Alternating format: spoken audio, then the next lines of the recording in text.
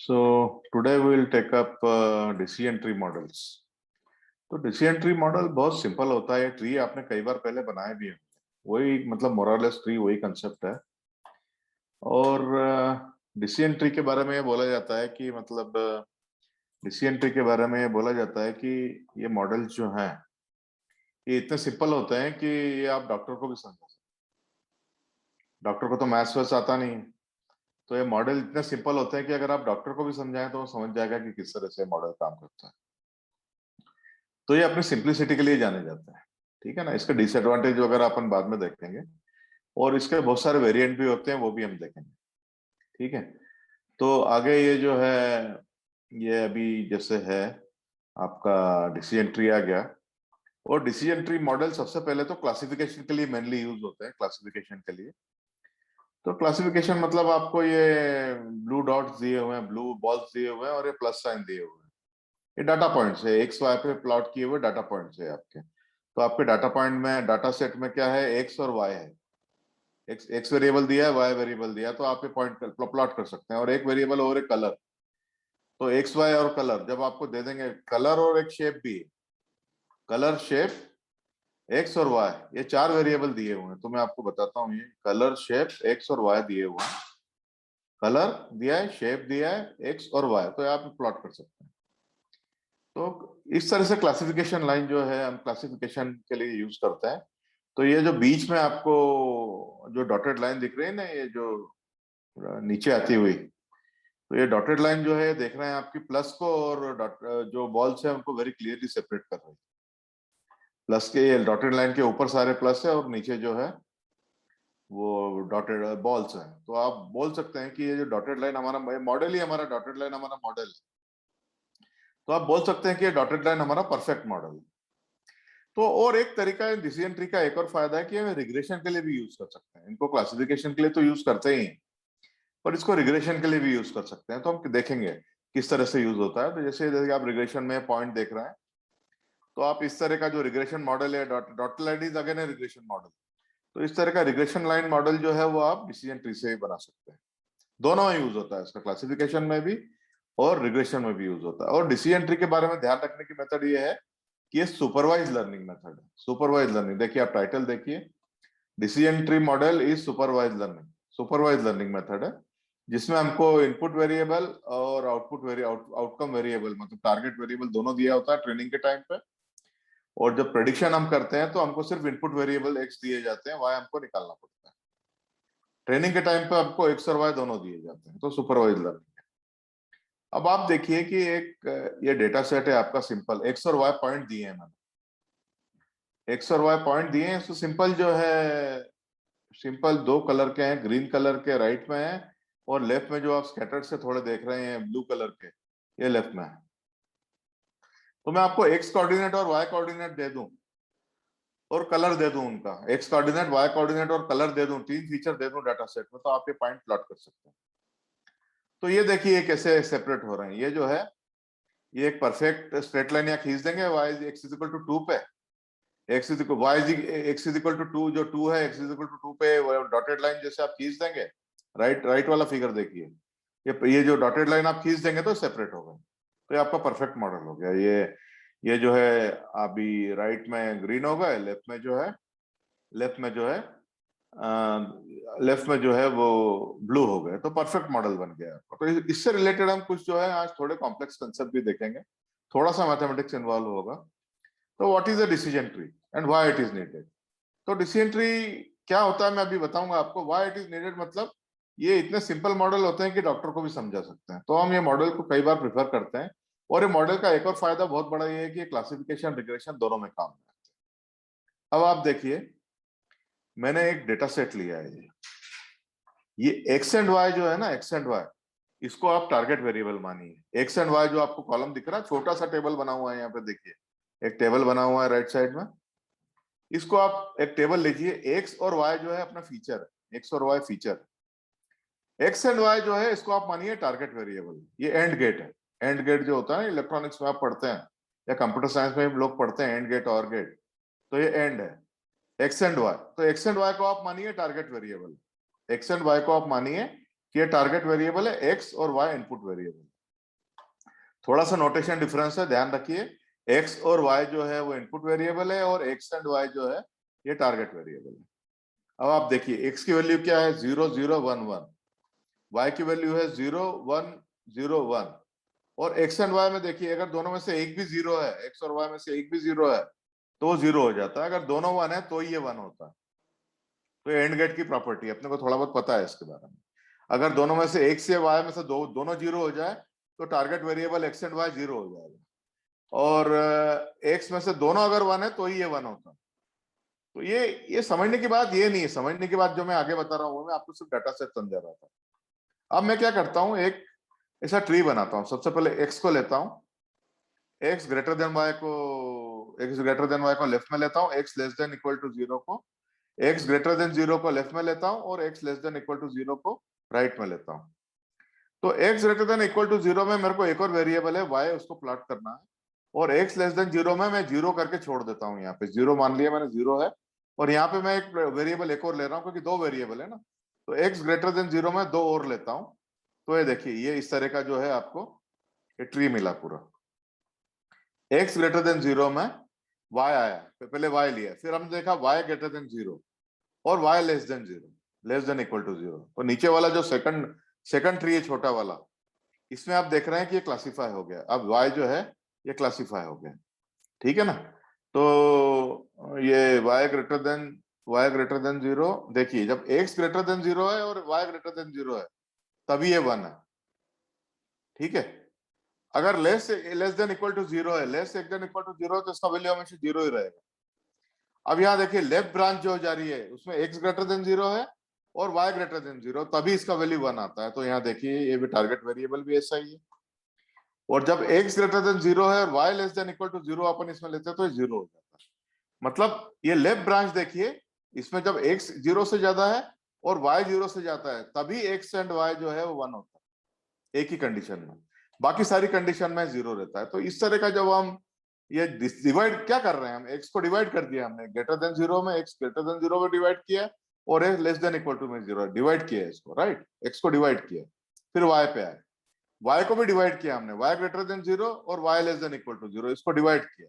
उसके बाद देखा कि उसकी इन दोनों को जब डिवाइड किया हमने तो x एंड y की वैल्यू क्या है। तो जब x ग्रेटर देन जीरो है, y ग्रेटर देन जीरो है, तो x एंड y जो है वो वन होता है, और दोनों में से एक भी अगर जीरो हो गया तो ये जीरो हो जाता है। इस तरह का जो सिंपल मॉडल अपन बनाते हैं इसको डिसीजन ट्री बोलते हैं, सिंपल डिसीजन ट्री है आपका। और ये जो आखिरी में आपको 1 0 जो दिख रहा है, आखिरी के एंड में जो लेफ्ट ट्री में जो आपको 1 0 दिख रहा है, 1 0 जो दिख रहा है आखिरी में, ये मेरा कर्सर देखिए आप, यहाँ पे 1 पे 0 है, ये आपके टारगेट वेरिएबल है। तो इस तरह का जब हम सिंपल ट्री बनाते हैं डिवाइड कर करके, तो इसको ये बाइनरी ट्री है क्योंकि ये दो में डिवाइड हो रहा है, एक्स ग्रेटर देन जीरो और एक्स लेस देन जीरो, फिर वाई को भी हम दो में डिवाइड कर रहे हैं, तो बाइनरी ट्री है, ठीक है ना, बाइनरी डिसीजन ट्री है। ये समझ में आया सबके? किसी को अगर यहाँ प्रॉब्लम हो तो? नीमा आपको प्रॉब्लम है यहाँ पे? No sir. सिंपल कंसेप्ट समझ में आना जरूरी है हमारे। तो अब आगे इसी कंसेप्ट को हम एक्सपांड करेंगे, ठीक है ना।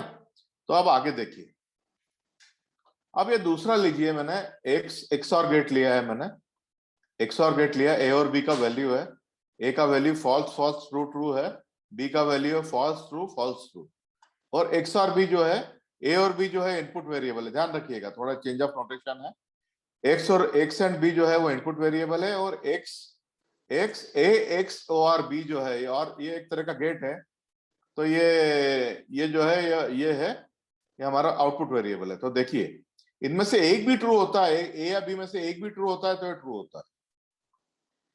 तो ये देखिए एक्स फॉल्स एंड ट्रू है तो ये ट्रू है, ट्रू एंड फॉल्स है तो ये ट्रू है, पर ट्रू एंड ट्रू भी फॉल्स किया है इसमें। तो आप मान लीजिए अभी ऐसा है ये डेटा सेट, तो एक्स और बी जो है, एक्स ए और बी जो है, ये आपका टारगेट वेरिएबल है। तो दोनों में से एक ट्रू होता है तभी ये ट्रू होता है, बाकी दोनों फॉल्स है तब भी फॉल्स है, दोनों ट्रू है तब भी फॉल्स है। ज्यादा लॉजिक में मत जाइए। अब ये देखिए ऐसे तरह का डेटा सेट है।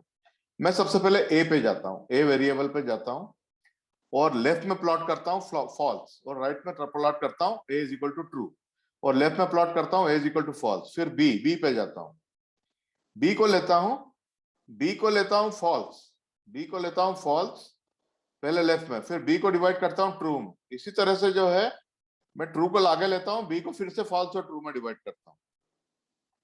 तो ये मेरे 4 यूज केस बन जाते हैं। तो नीचे जो फाइनल वैल्यू दिख रही है हमारी, ये एक्स, ए एक्स और बी की जो है फाइनल टारगेट वैल्यू आ जाती है।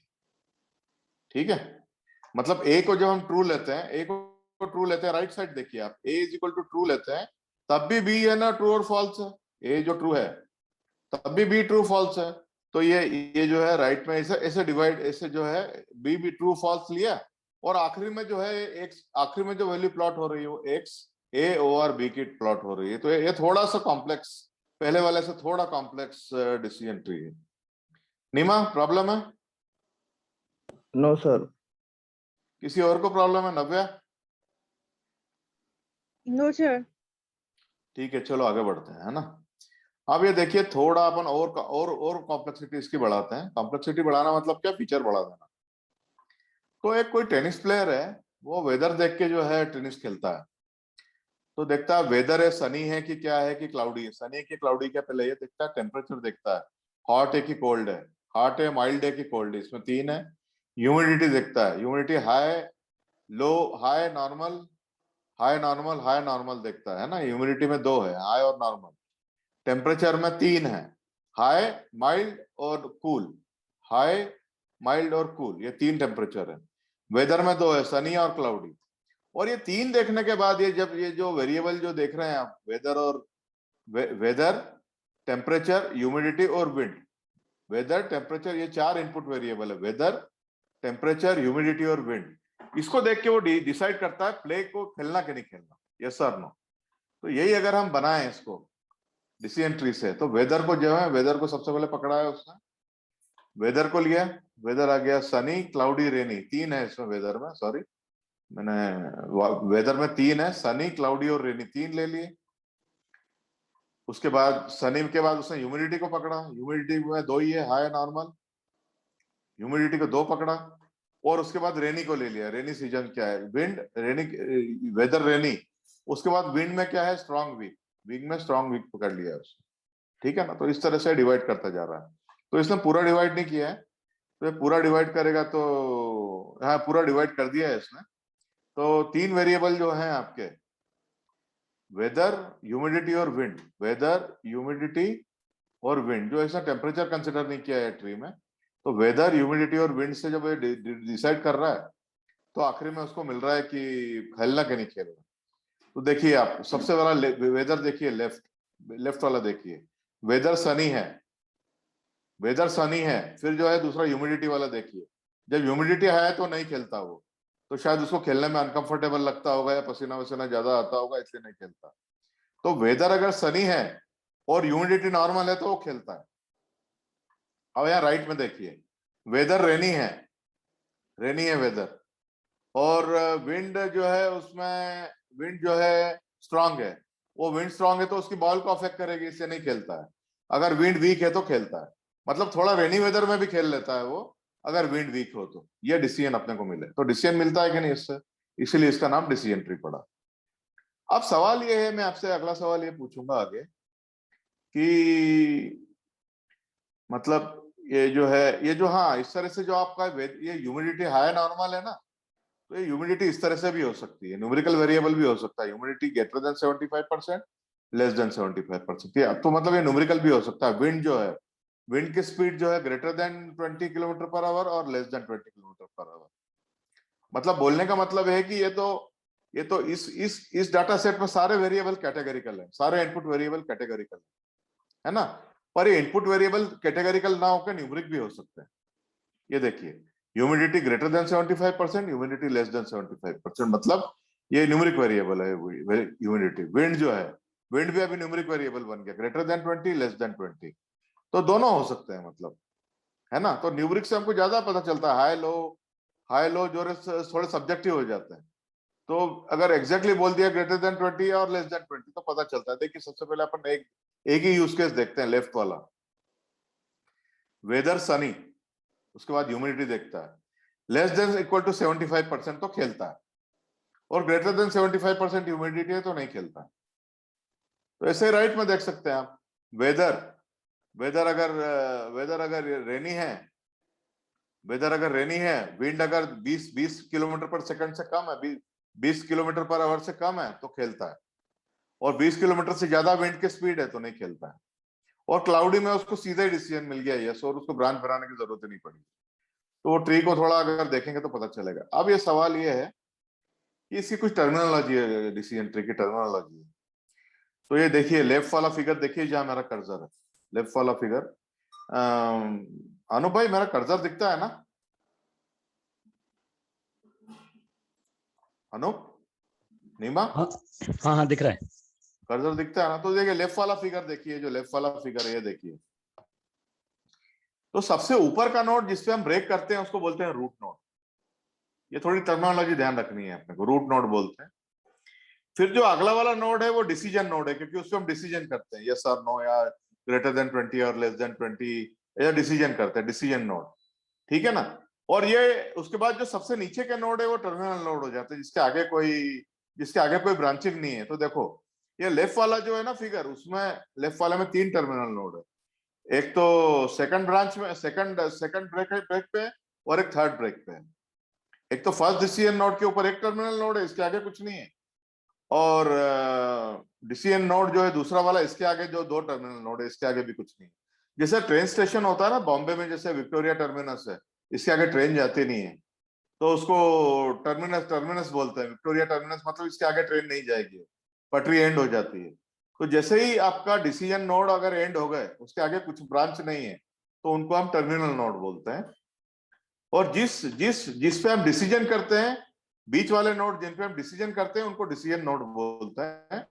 और सबसे ऊपर वाला जिसपे हम ब्रेक करना शुरू करते हैं उसको रूट नोड बोलते हैं। तो ये थोड़ी सी इंट्रोड्यूस सी, काफी सी, मतलब जो है ये इसकी डेफिनेशंस है। और ये जो हाईलाइट की हुई है ना, एक सर्कल के, ये जो रेक्टेंगल में दी हुई है ये ब्रांच, तो ये ब्रांच है, इसको ब्रांच बोलते हैं, सब ट्री बोलते हैं। ये ब्रांच हो गई, ये सब ट्री हो गई, ठीक है ना? तो एक लेफ्ट में एक ब्रांच है और राइट में एक ब्रांच है, 2 ब्रांच है। अब इसी तरह से आप देखेंगे कि हर नोड जो डिसीजन ट्री होता है उस पर टेस्ट होती है। राइट वाला फिगर देखिए जहां मेरा कर्सर है, राइट वाले पे आप देखिए, जहां आपकी जैसे राइट वाले पे हमेशा आपका डिसीजन होगा। जैसे टेस्ट कर रहे हैं आप, age less than 20, age less than 20, अगर आपका कोई कॉलम एज है और आप चेक करना चाहते हैं लेस देन 20, तो यस है तो आप लेफ्ट में जाएंगे, राइट है तो आप नो पे जाएंगे। तो ये टेस्ट होगा, हर एक नोट पे, हर एक डिसीजन नो पे टेस्ट होगा। और एजेस पे जो है वो डिसीजन लिखा जाएगा यस और नो। और फिर जैसे, और जो है लीफ, जो है लीफ नोड, मतलब लीफ नोड को, टर्मिनल नोड को लीफ नोड भी बोलते हैं। जैसे झाड़ों की पत्तियां एंड होती है ना, जहाँ पत्तियों के एंड के बाद उसमें कोई जो है ब्रांचेस या डगाल नहीं होती, झाड़ में अगर हम देखते हैं तो पत्तियां जहाँ होती है, पत्तियों से कोई डगाल नहीं उगती है, वो लास्ट होता है पत्तियां झाड़ों का। तो उसी तरह से हमारा डिसीजन ट्री भी जो है ट्री की तरह है। तो सॉरी, तो उसमें जो लास्ट है उनको लीफ बोलते हैं, लीफ नोड। लीफ नोड है, ये 4 लीफ नोड है, लीफ नोड या टर्मिनल नोड ऐसा बोलते हैं। तो ये edges represent answer to the question, edges represent question answer to the question. मतलब डिसीजन नोड जो टेस्ट था, राइट वाला फिगर देखिए आप, टेस्ट पे अपन ने क्वेश्चन पूछा था, is age less than 50, yes मतलब एज पे लिखेंगे, नो ये जो है राइट पे लिखेंगे। Leaf represent the actual output. जो टर्मिनल नोड या लीफ है, आखिरी की जो टर्मिनल नोड या लीफ है, इस पे हमारा हमेशा आउटपुट आता है। देखिए इस पे क्या है, नो मतलब ये यहाँ पे देखिए, यहाँ पे जो टर्मिनल नोड है उस पर डिसीजन आया है, मतलब जो प्ले है, प्ले यस और नो जो है टारगेट वेरिएबल, वो आता है, वो आउटपुट यहाँ पे आता है, टर्मिनल नोड पे आता है, यस नो यस नो। तो देखिए आपका टारगेट वेरिएबल जो है प्ले वेरिएबल, वो यस नो है, ठीक है। तो आखिरी में आपका ये डिसीजन आता है, बीच में ह्यूमिडिटी जो है, ह्यूमिडिटी और विंड जो है ये डिसीजन नोड है, और आपका ये सनी और ये जो दिख रही है एजेस है, और वेदर जो है ये रूट नोड है आपका। तो ये डेफिनेशन है कुछ। तो अगर इसमें किसी को कोई प्रॉब्लम है तो मेरा ख्याल है यही क्लियर कर लेना ठीक है, क्योंकि आगे का पूरा इसी पे बेस्ड रहेगा। इसमें 3-4 चीजें सीखने की, रूट नोड क्या होता है, डिसीजन नोड क्या होता है, और टर्मिनल नोड या लीफ क्या होती है और एजेस क्या होता है। ये 3-4 चीजें सिंपल सिंपल सीखने की है इसमें। तो आप देख रहे हैं ट्री की तरह ही है, इसमें ब्रांचेस भी हैं, इसमें लीव्स भी हैं, और जो है इसमें ब्रांचेस लीव्स दोनों हैं। तो ये एक ट्री की तरह होता है, इन्वर्टेड ट्री की तरह, मतलब उल्टे ट्री की तरह, इन्वर्टेड ट्री की तरह होता है। तो ठीक है, जो ये आखिरी की जो लीफ नोड है उस पर डिसीजन आता है हमेशा। देखिए ये यस नो, मतलब टेनिस खेलेगा कि नहीं खेलेगा, खेलेगा कि नहीं खेलेगा, ये आएगा आखिरी में। और ह्यूमिडिटी पे आप डिसाइड करेंगे ये डिसीजन नोड पे कि ह्यूमिडिटी 75% से कम है कि ज्यादा है। तो इसने यहाँ पे 75% को लिया है। तो अब हम आगे चलते हैं। अगर यहाँ किसी को कोई प्रॉब्लम नहीं है तो नव्या, आपको प्रॉब्लम है यहाँ पे? No sir. और किसी को कोई प्रॉब्लम है? उद्देश्य, नहीं सर, ठीक है। अनु भाई? सब ठीक है, क्वाइट चलो क्लियर। ठीक है, अपन आगे बढ़ते हैं, है ना। तो अब अपन एडवांटेजेस देखते हैं। डिसीएंट्री अभी अपना पूरा नहीं हुआ है, अभी तो अभी अपन ने जर्नी शुरू की है, तो फिर भी एडवांटेज देखते हैं क्या होता है डिसीएंट्री के एडवांटेजेस। तो डिसीएंट्री के एडवांटेजेस ये होता है कि easy to use and understand. देखिए आप कितना इजीली समझ गए, इसमें कोई मैथमेटिकल इक्वेशन नहीं लगा, कुछ नहीं लगा, फिर भी जो है ये आप और आपका डिसीजन भी आएगा विदाउट मैथमेटिकल इक्वेशन। आपका जो है यहाँ पे डिसीजन आ गया, कोई मैथमेटिकल इक्वेशन नहीं लगाया आप, बस डिसाइड करते गए ह्यूमिडिटी 75 से कम है, 75 से ज्यादा है। एक एक ब्रांच पे आप डिसाइड करते गए। विंड जो है 20 किलोमीटर से ज्यादा है, 20 किलोमीटर से कम है, बस डिसाइड करते गए। कोई कॉम्प्लेक्स मैथमेटिकल इक्वेशन नहीं लगाया। आपके लॉजिस्टिक रिग्रेशन में और लीनियर रिग्रेशन में देखिए आपने इक्वेशन, बिना इक्वेशन लगाए डिसीजन नहीं होता है, यहाँ बिना इक्वेशन के ही हो जाता है। तो एक तो easy to use and understand, और जैसा कि मैंने आपको पहले बताया, ये आप डॉक्टर को भी समझा सकते हैं। ऐसा बोला जाता है कि अगर डॉक्टर को अपना मॉडल समझाना है तो आप जो है डिसीजन ट्री बनाइए, दूसरा मॉडल मत बनाइए, ठीक है ना। It can handle both categorical and numerical data. हमने देखा था ये जो है ये पूरा कैटेगरिकल डेटा था, ये जो डेटा है ये पूरा कैटेगरिकल डेटा है, ये पूरा कैटेगरिकल डेटा था। और इसमें अगर हम ह्यूमिडिटी को और विंड को न्यूमेरिकल कर ले तब भी ये हैंडल कर लेता है। It can handle both categorical numerical. अच्छा, इसमें क्या है ना, थोड़ा हमको फायदा होता है, आउटलायर ट्रीटमेंट जो होती है इसमें नहीं करना पड़ती है, कम करना पड़ती है। मतलब it is resistant to outlier, मतलब आउटलायर को थोड़ा हैंडल कर लेता है ये। अगर थोड़े बहुत आउटलायर रह भी जाए तो ये ले लेता है ना। Hence it requires little data processing इसमें कम लगता है। और इसमें क्या है ना, इसमें अगर बाद में तुमको, जैसे आप ये विंड है, विंड के अलावा इसको कुछ एक दो वेरिएबल आपको और भी ऐड करना है, जैसे कि ग्राउंड स्लिपरी है कि नहीं, ग्राउंड स्लिपी है कि नहीं।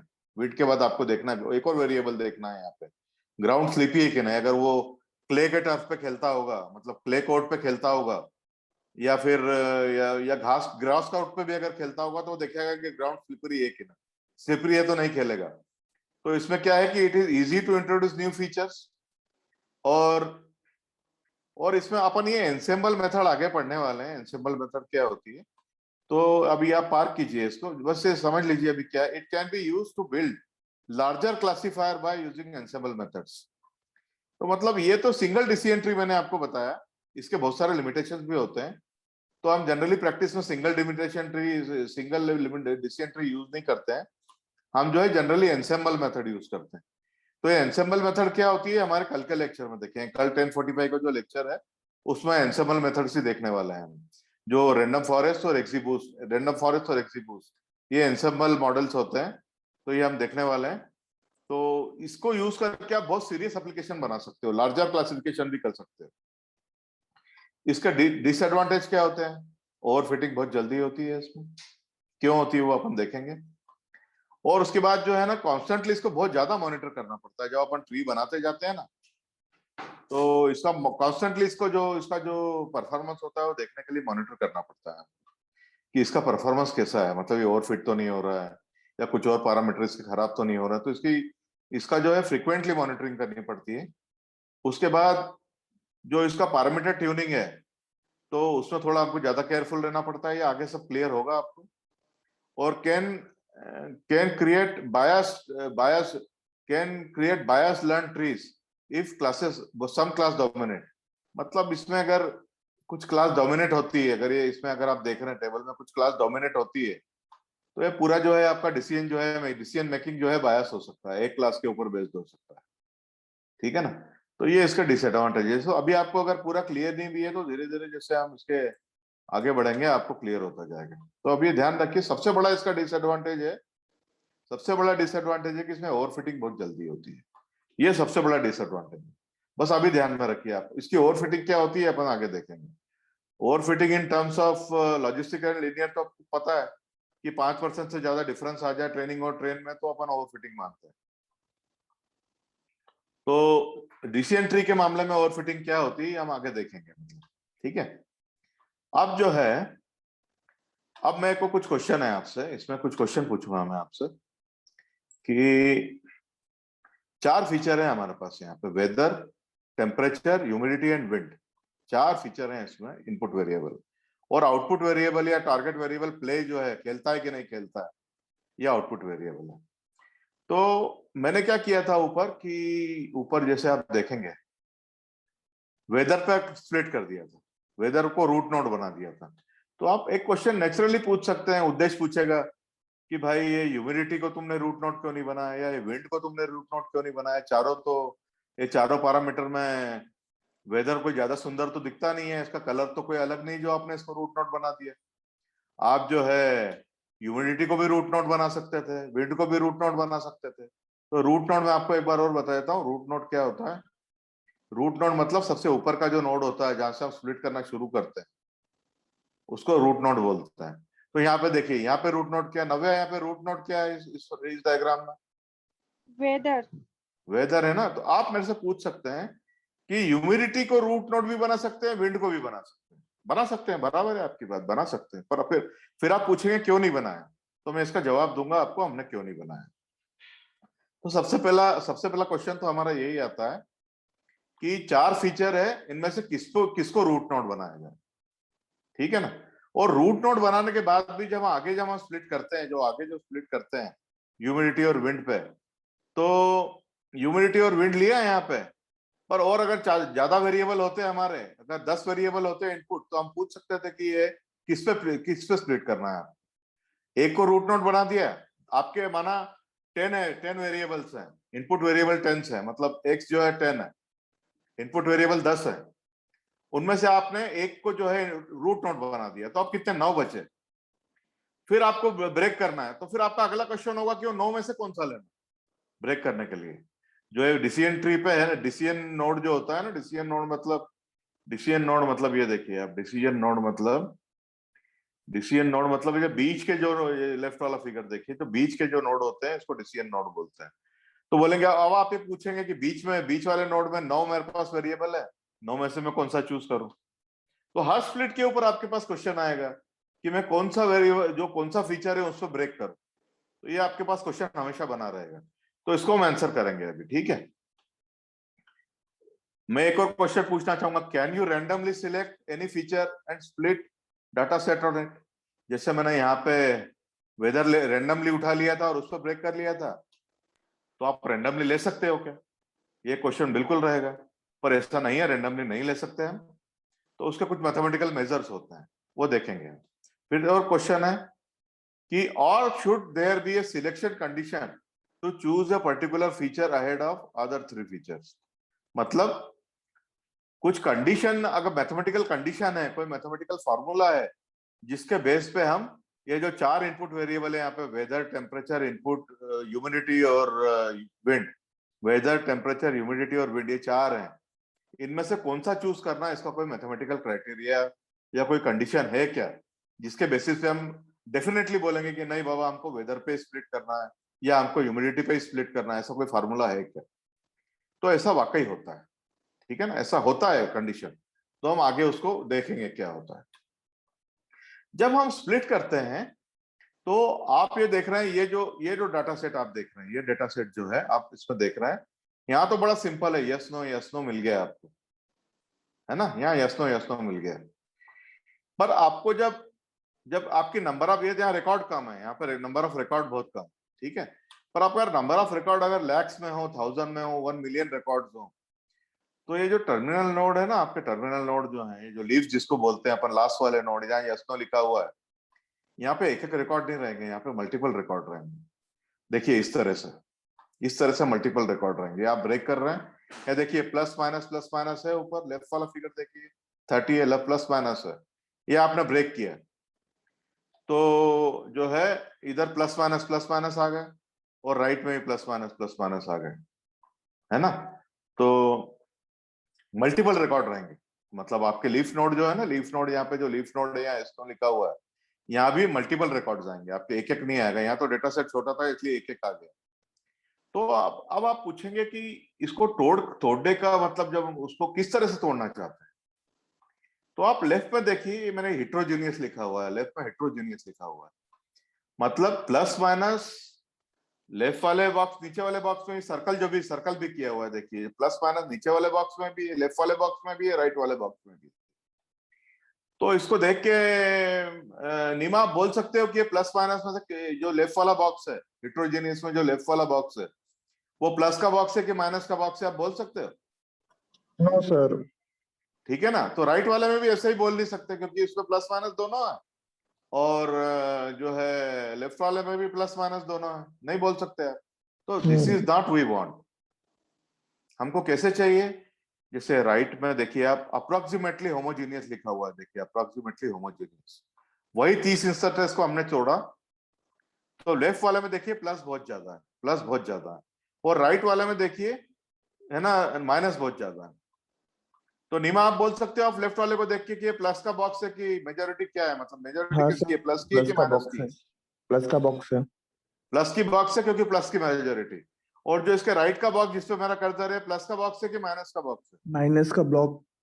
हाँ, मतलब हम ये चाहते हैं हमेशा जब भी हम ब्रेक करते हैं तो ये चाहते हैं कि जो बॉक्स टूटे हैं उसमें एक ही तरह की क्लास हो, मतलब होमोजीनियस हो। जो होमोजीनियस लिखा हुआ है या तो प्लस ही हो या तो माइनस हो, तो हमारा डिसीजन हो जाता है कि मतलब कोई नया डाटा पॉइंट आया तो वो प्लस में जाएगा कि माइनस में जाएगा। ठीक है ना, प्लस से जाएगा माइनस जाएगा। ठीक है। अब मैं आपको ये बताना चाहता हूं कि इसको इसको तोड़ने का कुछ फायदा क्या होता है। अब मैंने आपको एक और रिकॉर्ड दे दिया, इसमें देखिए, इसमें आप रिकॉर्ड नंबर 11 दे दिया मैंने आपको। मैंने बोल दिया जो वेदर है, वेदर जो है वो रेनी रहेगा, और टेम्परेचर जो है वो रहेगा हॉट। लिखते जाइए, वेदर रेनी रहेगा, टेम्परेचर हॉट रहेगा, ह्यूमिडिटी जो है ये रहेगी नॉर्मल, और जो है विंड जो रहेगी ये रहेगी स्ट्रांग। तो मैंने 11वां रिकॉर्ड दे दिया आपको। ठीक है।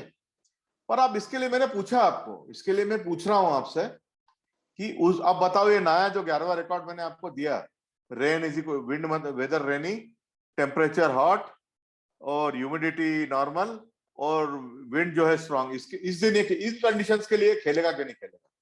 तो आप क्या करोगे, आप जो है इसको फॉलो करते जाओगे डिसीजन बॉक्स को।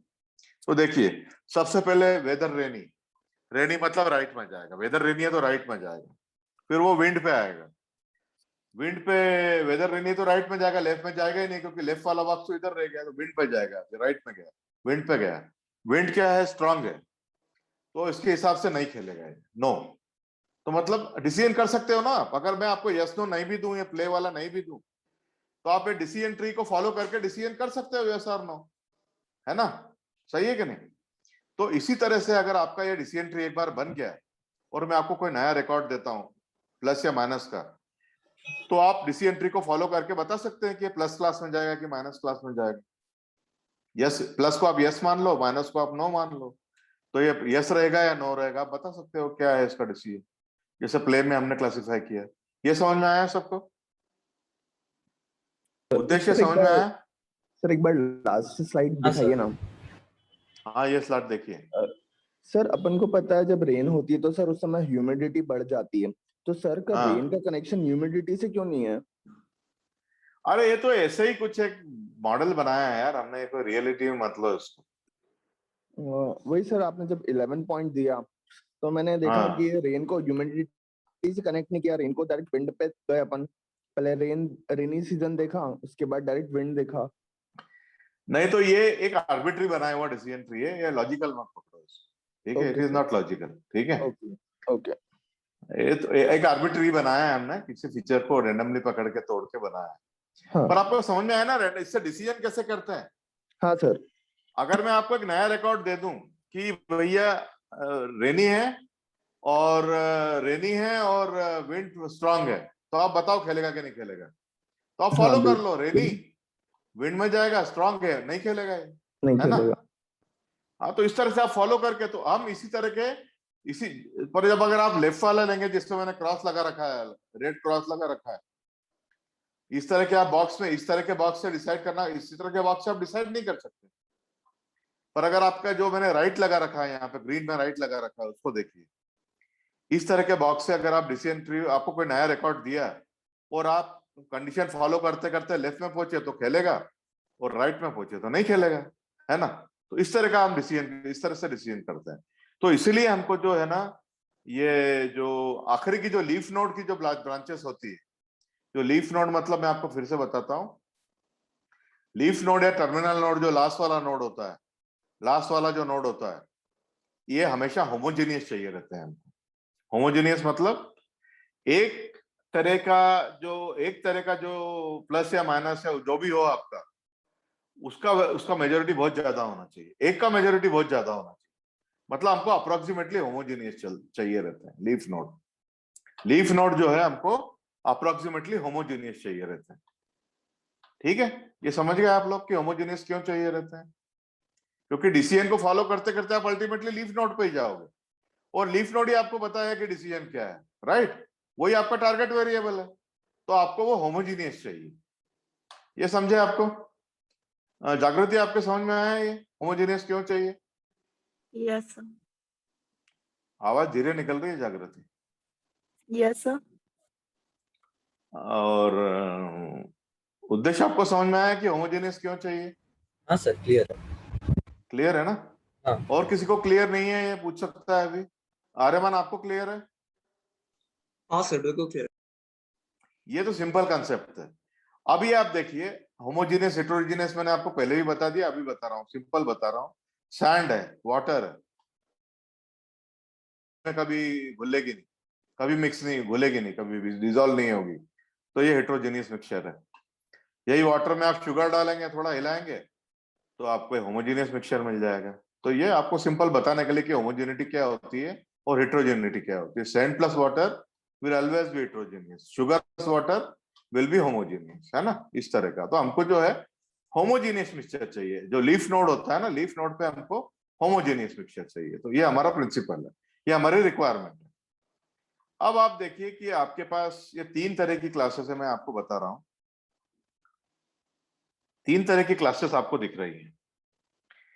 तो मेरे को आप नीमा बताओ कि जो मैं लेफ्ट वाला बड़ा सर्कल है, जो बड़ा सर्कल है, उस पर रेड और ग्रीन का परसेंटेज कितना है?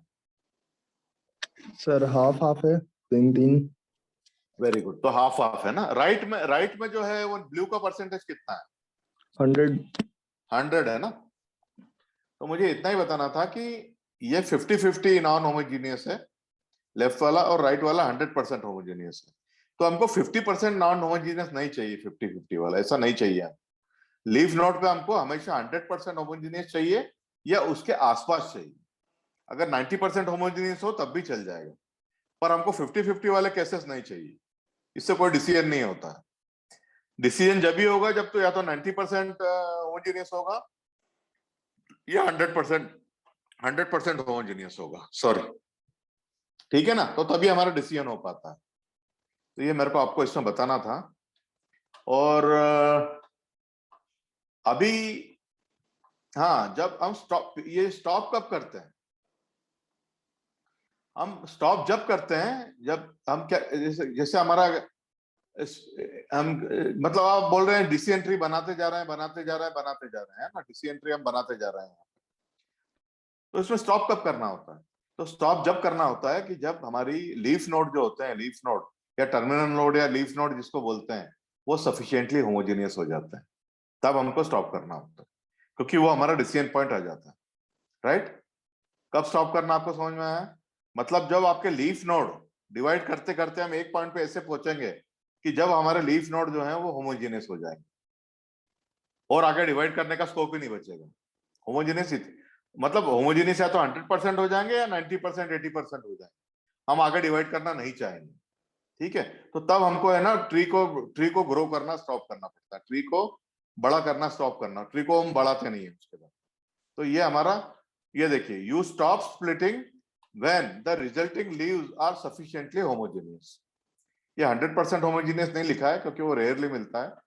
तो आपको ये जो आपको जैसे ये मिला, ये राइट वाला फिगर जिसमें मैंने राइट लगा रखा है ग्रीन में, तो इस तरह का भी अगर आपको होमोजेनियस मिल जाए, अप्रोक्सीमेटली होमोजेनियस, तब भी आप जो है स्टॉप कर देते हैं, ठीक है। That is one thing. अब मैं आता हूं आपके थोड़े थर्मोडायनामिक्स के ऊपर। सिंपल, अब थोड़ा बहुत मैथ्स लेंगे अपना, बहुत सिंपल मैथ्स के इक्वेशन आएंगे, आपको घबराने की जरूरत नहीं है। यही 3 क्लासेस हैं आपकी। एंट्रोपी मुझे कोई बताएगा, फिजिक्स या थर्मोडायनामिक्स में पढ़ते थे ना एंट्रोपी? फिजिक्स में तो सबने पढ़ी है एंट्रोपी। क्या होती है एंट्रोपी? सर डिस्टरबेंस या फिर डिसऑर्डर कितना रहता है पार्टिकल्स में, राइट, उसकी एंट्रोपी रहेगी। हाँ। तो entropy is a measure of disorder. आपको ज्यादा फार्मूला में जाना नहीं है, यही ध्यान रखिए कि जितना डिसऑर्डर, मतलब जितना हेट्रोजेनियस मिक्सचर होगा, उतना उसका एंट्रोपी ज्यादा होगी। अब लेफ्ट वाले फिगर में बताइए, इसका एंट्रोपी ज्यादा रहेगा कि कम रहेगा? लेफ्ट वाले सर्कल में बताइए कि एंट्रोपी, इसका एंट्रोपी हाई रहेगा कि लो रहेगा? हाई रहेगा। एंट्रोपी हाई रहेगा। और राइट वाला ब्लू वाला जो है छोटा सर्कल, उसमें जो लो छोटा रहेगा। सर्कल है, उसका एंट्रोपी लो रहेगा। क्यों लो रहेगा? क्योंकि 100% प्योर है, इसमें इंप्योरिटी है ही नहीं। और राइट वाले में, लेफ्ट वाले में क्या है, 100%, मतलब इंप्योरिटी बहुत ज्यादा है, इससे इसका एंट्रोपी बहुत हाई रहेगा। तो entropy is a measure of disorder, ये अपन फिजिक्स में पढ़ते थे। और जो मैकेनिकल वाले हैं वो जो है थर्मोडायनामिक्स में भी पढ़ते हैं कि entropy is a measure of disorder. तो इसी को हम लेके आगे बढ़ेंगे कि जितना डिसऑर्डर ज्यादा होगा उतना एंट्रोपी ज्यादा होता है, ठीक है ना। तो आगे बढ़ते हैं। अब आप ये बताइए कि मेरे को, मतलब ये क्रॉस वाला जो मैंने कर रखा है, तो इसके जो दोनों नीचे के बॉक्सेस हैं, नीचे के बॉक्सेस दोनों जो है, इसमें एंट्रोपी ज्यादा है कि कम है? दोनों बॉक्सेस के बारे में बताइए, लेफ्ट बॉक्स भी राइट बॉक्स भी। लेफ्ट वाले फिगर में, लेफ्ट वाले बॉक्स में नीचे का ये फिगर और ये फिगर, बताइए एंट्रोपी जो है कम है कि ज्यादा है? ज्यादा एंट्रोपी। और राइट वाला फिगर जो है मैंने जिसमें लिखा है हाई इंफॉर्मेशन गेन, राइट वाला फिगर, इसके दोनों बॉक्सेस में बताइए एंट्रोपी कम है कि दोनों फिगर में कि ज्यादा है? कम है सर। कम है ना एंट्रोपी। तो लो इंफॉर्मेशन, एक इंफॉर्मेशन गेन नाम का हम कंसेप्ट इंट्रोड्यूस करेंगे, वो मैं आपको बता रहा हूं क्या होता है इंफॉर्मेशन गेन। लो इंफॉर्मेशन गेन मैं कंसेप्ट इंट्रोड्यूस करूंगा एक इंफॉर्मेशन गेन का। मतलब जब इंफॉर्मेशन गेन लो होता है तब एंट्रोपी हाई होती है, ये देखिए। और जब इंफॉर्मेशन गेन हाई होता है तब एंट्रोपी लो होती है, ये ध्यान रखिएगा। रिवर्स है, मतलब एंट्रोपी ज्यादा है लेफ्ट में तो इंफॉर्मेशन गेन लो है, और इंफॉर्मेशन गेन अगर ज्यादा है तो इंफॉर्मेशन गेन ज्यादा है तो एंट्रोपी कम होती है। तो ये रिवर्स रिलेशनशिप है। देखिए, तो अब इंफॉर्मेशन गेन कैसे डिफाइन करते हैं? तो ये इंफॉर्मेशन गेन ऐसे डिफाइन करते हैं, information gain is reduction in entropy. मतलब जितना हम एंट्रोपी को कम करते जाएंगे उतना जो है इंफॉर्मेशन गेन बढ़ता जाएगा, ठीक है ना। इंफॉर्मेशन गेन हम कैसे कैलकुलेट करते हैं कि information gain is calculated by comparing the entropy of data set before and after transformation। मतलब ये जो सबसे पहला बॉक्स है, सबसे स्प्लिट करने के पहले, ये देखिए राइट का, देखिए स्प्लिट करने के पहले का जो बॉक्स है तब हम एंट्रोपी निकालेंगे, और स्प्लिट करने के बाद जो है दो बॉक्सेस है इसकी एंट्रोपी निकालेंगे, दोनों का डिफरेंस लेंगे, उससे आपको इंफॉर्मेशन गेन मिलेगा। तो यहाँ चूंकि इंफॉर्मेशन गेन, चूंकि ऊपर वाले में एंट्रोपी हाई थी, हाई इंफॉर्मेशन गेन जहाँ लिखा है इस बॉक्स में, क्या मेरा कर्सर है, हाई इंफॉर्मेशन गेन जहाँ लिखा है वहां एंट्रोपी हाई है, और नीचे एंट्रोपी कम हो गई है, तो जो है इंफॉर्मेशन गेन हाई रहेगा। यहाँ क्या है, ऊपर भी एंट्रोपी हाई है और नीचे भी हाई है, मतलब स्प्लिट करने के पहले भी हाई है और बाद में भी हाई है, तो आपका इंफॉर्मेशन गेन लो रहेगा। तो अब देखिए इसका फार्मूला है, एक डेफिनेटिव फार्मूला है इसका कैलकुलेट करने का, इसका हम न्यूमेरिकल देखेंगे तो आपको ज्यादा क्लियर होगा। एंट्रोपी कैसे मेजर करते हैं? Entropy is equal to minus of sigma I to C, I varies from 1 to C, ठीक है। PI मतलब probability, log of base 2 and to the power PI। तो ये फॉर्मूला देखिए क्या है, सी जो है टोटल नंबर ऑफ क्लासेस है। अभी जो हमने लॉजिस्टिक रिग्रेशन डिस्कस किया था हमने, उसमें नंबर ऑफ क्लासेस थी 2, तो हम ये 2 बार रिप्लेस करेंगे। आई इज इक्वल टू एक बार 1 होगा, एक बार आई इज इक्वल टू 1 होगा, एक बार आई इज इक्वल टू 2 होगा, ठीक है ना। तो ये 2 बार आई 2 बार जाएगा। और पीआई मतलब जो है पहली क्लास की प्रोबेबिलिटी कितनी है और दूसरी क्लास की प्रोबेबिलिटी कितनी है। तो ये न्यूमेरिकल करेंगे तो आपको बहुत क्लियर हो जाएगा। ये तो सिंपल फार्मूला ध्यान में रखिए, entropy is minus of probability of first जो है probability of that class, I की वैल्यू 1 है तो P1 और log of base 2 to the power P1, ये भी P1 ही लेंगे, पावर नहीं है, log ऑफ P1 और log ऑफ P1, उसका log लेंगे, दोनों को मल्टीप्लाई करेंगे, माइनस करेंगे, और आपकी नंबर ऑफ क्लासेस जितनी भी होंगी उतनी बार इसको जोड़ेंगे। तो ये न्यूमेरिकल एग्जाम में आपको न्यूमेरिकल एग्जांपल बताऊंगा इसके ऊपर, तब आपको ज्यादा क्लियर होगा। तो अभी एक और चीज बता रहा हूं मैं आपको, मिनिमाइजिंग एंट्रोपी, मतलब एंट्रोपी को अगर हम कम करते हैं तो it is equivalent to maximising the information gain. मैंने बताया आपको इनवर्स होते हैं दोनों, एंट्रोपी हम कम करेंगे तो इंफॉर्मेशन गेन जो है बढ़ेगा, ठीक है ना। इंफॉर्मेशन गेन का वैल्यू जो है वो हमेशा 0 से 1 वेरी होता है। 1 मतलब मैक्सिमम इंफॉर्मेशन गेन, मतलब information gain, maximum information gain का वैल्यू 1 होता है, तो हमको 1 चाहिए रहता है। तो अभी आप थोड़ा सा आपको कंफ्यूज हो रहा होगा, पर इसका अपन न्यूमेरिकल एग्जांपल जब देखेंगे तो आपको क्लियर होगा। ये अभी सिर्फ कंसेप्ट समझ लीजिए कि एंट्रोपी को हम जितना कम करते जाएंगे इंफॉर्मेशन गेन उतना बढ़ता जाएगा, और इंफॉर्मेशन गेन की मैक्सिमम वैल्यू 1 होती है। हमको 1 के आसपास चाहिए रहता है इंफॉर्मेशन गेन, या जितना ज्यादा हो सके उतना चाहिए रहता है। फॉर्मूला ध्यान में रखिए, सिग्मा मतलब क्या, I is equal to 1 to जितनी भी आपके नंबर ऑफ क्लासेस होंगी डिवाइड करने के लिए। अब यहाँ पे नंबर ऑफ क्लासेस कितनी है, कोई बताएगा मुझे? यहाँ पे नंबर ऑफ क्लासेस कितनी है, यहाँ नंबर ऑफ क्लासेस कितनी है, कोई बताएगा मुझे? सर 2 है। 2 है ना, 2 ही है ना, तो यहाँ पे C इज इक्वल टू 2 होगा, sir C is equal to 2 होगा यहाँ पे, है ना, C इज इक्वल टू 2 होगा, तो I जो है 2 तक वेरी होगा। तो उसके बाद जो है क्लास का PI और log टू द बेस 2 लेते हैं, log टू द बेस 2, और जो है उसी का आप लॉग ले लेते हैं, पहले PI कैलकुलेट करते हैं फिर उसी का लॉग ले लेते हैं। तो आपको करना नहीं है, कंप्यूटर ऑटोमेटिक करेगा ये, पर आपको समझने वाली बात है। फिर इसी तरह से देखिए, ये जो है मतलब इंफॉर्मेशन, यही फार्मूला मैंने दोबारा दिखाया आपको बड़ा करके, C is the number of classes, PI is the probability of picking a data point from class I, PI is the probability of picking a data point with class I। मतलब ये अभी आप ध्यान रखिए, सिर्फ इतना, मैं आपको जब न्यूमेरिकल करूंगा तब क्लियर होगा। PI is the probability of picking a data point with class I, तो ये PI प्रोबेबिलिटी है, फिर उसका ही जो है हम लॉग ले लेते हैं। Information gain is calculated for split by subtracting the weighted entropies of branch from the original entropy। मतलब पहले हम जो है स्प्लिट के पहले यहाँ पे ऊपर वाले बॉक्स में एंट्रोपी निकालेंगे कितना है, उसके बाद जो है नीचे वाले ब्रांच में निकालेंगे एंट्रोपी कितना है, और इनका वेटेड एवरेज जो है फिर उनका डिफरेंस लेंगे हम। तो ये न्यूमेरिकल देखेंगे तब आपको क्लियर होगा। अभी आप पार्क करिए इसको। When training a decision using these metrics, best split is chosen by maximizing the information। मतलब जिस भी स्प्लिट के ऊपर आपका इंफॉर्मेशन गेन मैक्सिमम होता होगा उस पे हम स्प्लिट करेंगे। आपको समझ में आया कैसे स्प्लिट करेंगे? ये आपके 4 वेरिएबल है यहाँ पे, वेदर, टेम्परेचर, ह्यूमिडिटी और विंड, चारों के ऊपर हम इंफॉर्मेशन गेन निकालेंगे।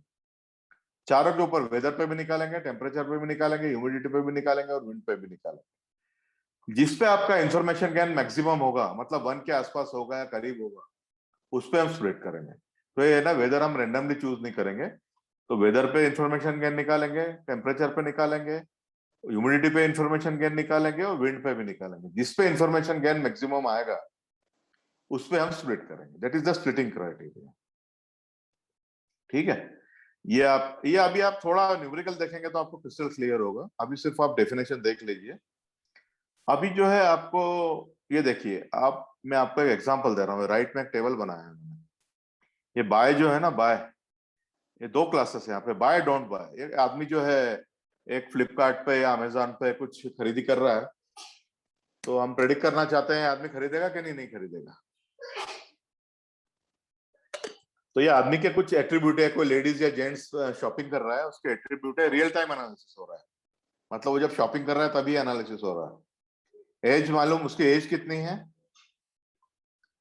मतलब वो जब कितने दिन से वो हमारे साइट पे आ रहा है, मतलब ये आदमी की एज नहीं है, ये कितने दिन से हमारी साइट पे आ रहा है, रिसेंट है, ओल्ड है या रिसेंट, रिसेंट ओल्ड, मतलब ये हमारा ओल्ड कस्टमर है कि रिसेंट कस्टमर है, ये है एज। और माइलेज, माइलेज जो है वो लो हाई या कोई वेरिएबल मेंशन कर रहा है माइलेज, ये मेरे भी समझ में नहीं आ रहा है अभी, पर इसको आप एक सर वेरिएबल आई मान थिंक लीजिए किसी जो कि ऑटोमोबाइल का डेटा है, हाँ, ये किसी ऑटोमोबाइल का डेटा है, सेकेंड हैंड गाड़ी लेते समय। हाँ माइलेज का डेटा है, तो ये माइलेज का है, एज है, कितनी पुरानी गाड़ी है। हाँ, एज कितनी पुरानी गाड़ी है, ये रिटेल, सॉरी रिटेल वेबसाइट का नहीं है, ये ऑटोमोबाइल का डेटा है। तो ये एज, गाड़ी कितनी पुरानी है वो दिखा रहा है, रिसेंट है कि ओल्ड है। फिर माइलेज दिखा रहा है, माइलेज गाड़ी का कम है कि ज्यादा है, और रोड टेस्टेड है कि नहीं, गाड़ी रोड टेस्ट इसकी हुई, रोड टेस्टिंग इसकी हुई है कि नहीं, तो ये रोड टेस्टिंग है। तो ये तीन वेरिएबल हमको दिए जाए, हमको मालूम रहेंगे हमेशा, और उसको देख के फिर हमको डिसाइड करना है कि कस्टमर इसको खरीदेगा कि नहीं खरीदेगा। ठीक है, तो अब इंफॉर्मेशन गेन निकालिए। देखिए पहले इंफॉर्मेशन गेन हमने एज का निकाला 0.31 निकला, माइलेज का 0 निकला, और रोड टेस्ट का जो है 1 निकला। तो अब किस पे नीमा, किस पे स्प्लिट करेंगे? सर पहले तो किस, एज पे करते हैं। नहीं, ये तीनों का इंफॉर्मेशन गेन मैंने निकाल लिया, तो हम तीनों में रूट नोड किसको बनाएंगे, एज को, माइलेज को कि रोड टेस्टेड को? सर एज को। नहीं, रोड टेस्टेड को बनाएंगे, क्योंकि इंफॉर्मेशन गेन जो है रोड टेस्टेड में मैक्सिमम है। जिसमें सर इंफॉर्मेशन गेन मैक्सिमम होता है उसको हम जो है उस पर स्प्लिट करते हैं। आप एज किस हिसाब से बोल रहे थे?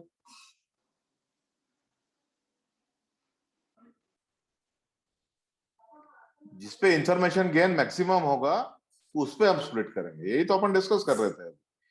जिसपे इंफॉर्मेशन गेन मैक्सिमम है, तो 1 पे मैक्सिमम इंफॉर्मेशन गेन 1 है, और 1 ही मैक्सिमम वैल्यू होती है इंफॉर्मेशन गेन की। तो रोड टेस्टेड के ऊपर जो है हम इसको स्प्लिट करेंगे, 0 और माइलेज और एज को कंसिडर नहीं करेंगे। ठीक है, तो ये चीज है।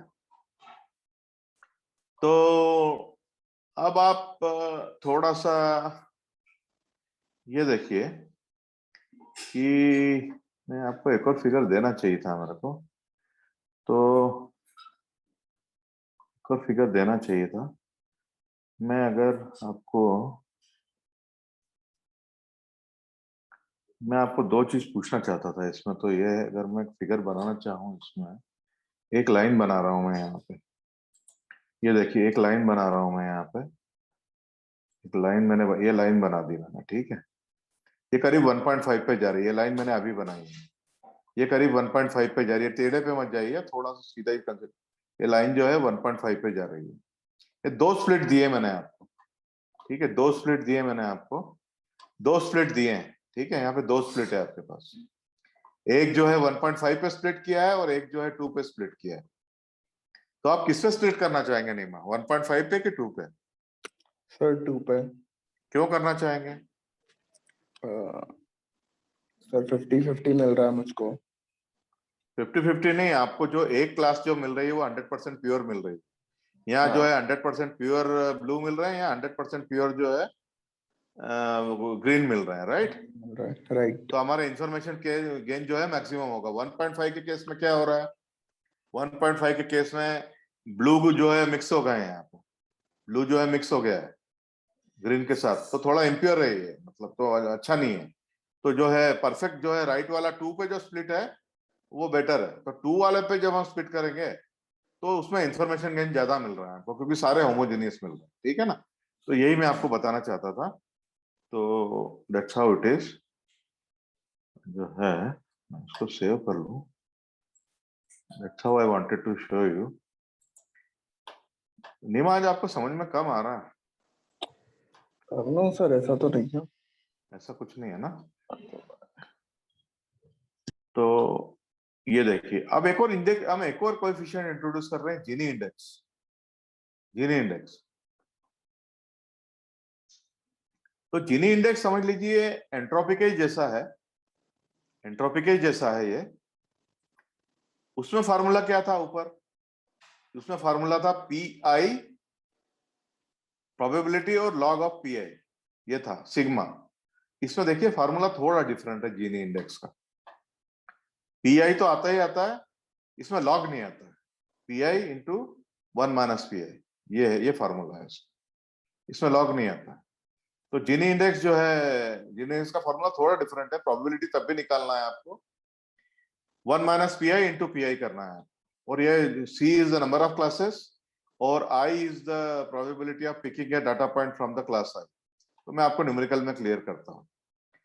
तो ये जैसे एंट्रोपी, एंट्रोपी जैसे आपकी कम होगी, मतलब आपका डिसऑर्डर, इसमें इसमें जो है ना, ये जो राइट वाला केस है, जब हम 2 पे स्प्लिट कर रहे हैं, तो इसमें जो है जीनी इंडेक्स दोनों का जो है 0 होगा। जीनी इंडेक्स 0 होगा क्योंकि प्योर स्प्लिट है। एंट्रोपी जैसा ही है, बिल्कुल एंट्रोपी जैसा ही है कि जब डिसऑर्डर, जब जब मतलब प्योर होता है तो 0 होता है, और अगर इम्प्योर होता है तो ज्यादा होता है जीनी इंडेक्स। तो ये देखिए प्योर है दोनों तरफ, इधर प्योर ब्लू है, इधर प्योर राइट, तो जीनी इंडेक्स दोनों केस में क्या होगा? 0 होगा। तो ये हमारे को डिजायर्ड है। इसी तरह से हम जीनी गेन निकालते हैं। जीनी गेन मतलब, जीनी गेन मतलब जब डाटा सेट को स्प्लिट करते हैं उसके पहले का जीनी इंडेक्स निकालते हैं, और डाटा सेट को स्प्लिट करने के बाद जीनी इंडेक्स निकालते हैं, और उसके बाद सब्ट्रैक्ट करते हैं, वेटेड को वेट करके सब्ट्रैक्ट करते हैं, तो उससे आपको जो है जीनी गेन मिलता है। तो जीनी गेन मैक्सिमम होना चाहिए, जैसे इंफॉर्मेशन गेन मैक्सिमम होना चाहिए ना, तो आपको जीनी गेन भी मैक्सिमम होना चाहिए। ठीक है, तो जीनी इंडेक्स और एंट्रोपी, और एंट्रोपी के साथ होता है इंफॉर्मेशन गेन, ये ध्यान रखिएगा। एंट्रोपी के साथ जो होता है, एंट्रोपी के साथ ये है हमेशा इंफॉर्मेशन गेन। ये देखिए entropy and information gain, entropy के साथ इंफॉर्मेशन गेन जुड़ा हुआ है। तो एंट्रोपी हम जितनी कम करेंगे उतना इंफॉर्मेशन गेन ज्यादा होता है, वो हमको चाहिए, ज्यादा इंफॉर्मेशन गेन चाहिए। यहाँ पे क्या है, तो जीनी के साथ क्या है, जीनी के साथ जीनी गेन ही है, जीनी के साथ जीनी गेन ही होता है। तो जीनी गेन क्या होता है कि जीनी गेन मतलब जितना जीनी आपका कम कर देंगे आप, उतना ही आपका जीनी गेन ज्यादा हो जाएगा। तो उसका जो थ्योरेटिकल इंटरप्रिटेशन है वो एक ही है, पर फार्मूला अलग अलग। हमको फार्मूले के डिटेल में नहीं जाना है, तो हमें दोनों क्राइटेरिया लेते हैं।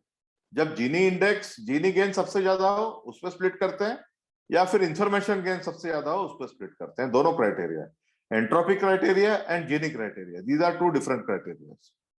फार्मूला बस डिफरेंट है, ये देख लीजिए फार्मूला डिफरेंट है ना। तो अब ये मैं आपको एग्जांपल देता हूं कि इसको कैसे बोलेंगे। देखिए, Gini index would register a reading of 1 which indicates perfect equality in the income. मतलब एक देश की हम इनकम देख रहे हैं, या एक देश की हम इनकम देख रहे हैं, तो अगर हर एक आदमी का इनकम अनइक्वल है, जो कि हमेशा होता है, भाई भारत में हर एक आदमी की इनकम इक्वल तो नहीं है ना, आदमी का इनकम अलग अलग है, कोई गरीब है कोई अमीर है, इस तरह का है ना। तो उस केस में क्या होता है, जीनी इंडेक्स 1 कहलाया, क्योंकि इंप्योरिटी बहुत ज्यादा है। जब everyone had same amount of money, तब जीनी इंडेक्स 0 होगा। जब पूरे भारत में सबके पास सेम मनी हो, सेम पगार हो, सब सैलरी सबकी सेम हो, तब जीनी, प्योरिटी बढ़ गई, प्योरिटी बढ़ गई तो जीनी इंडेक्स जो है वो 0 हो गया। ठीक है ना।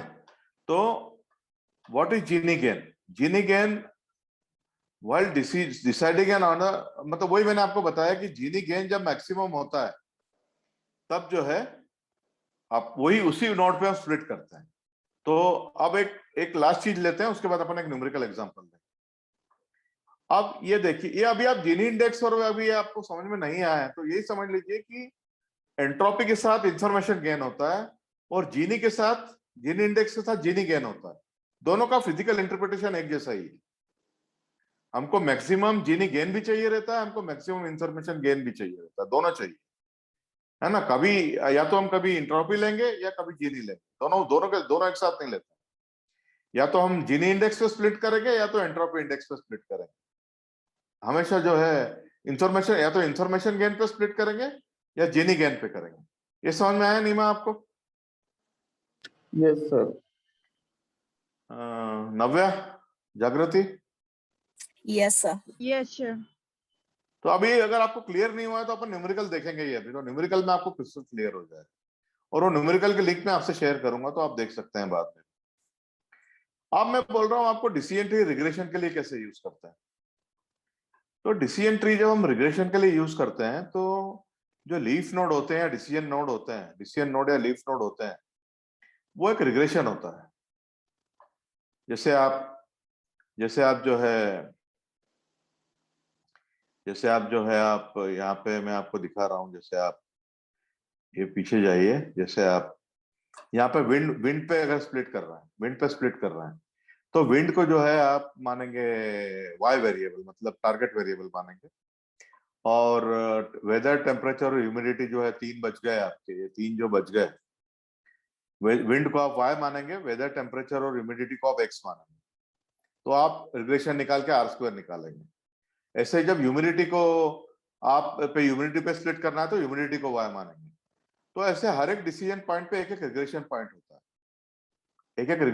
होता है, हर एक ह्यूमिडिटी पे, हर एक पॉइंट पे। ये देखिए, तो हर एक डिसीजन पॉइंट पे एक रिग्रेशन होता है।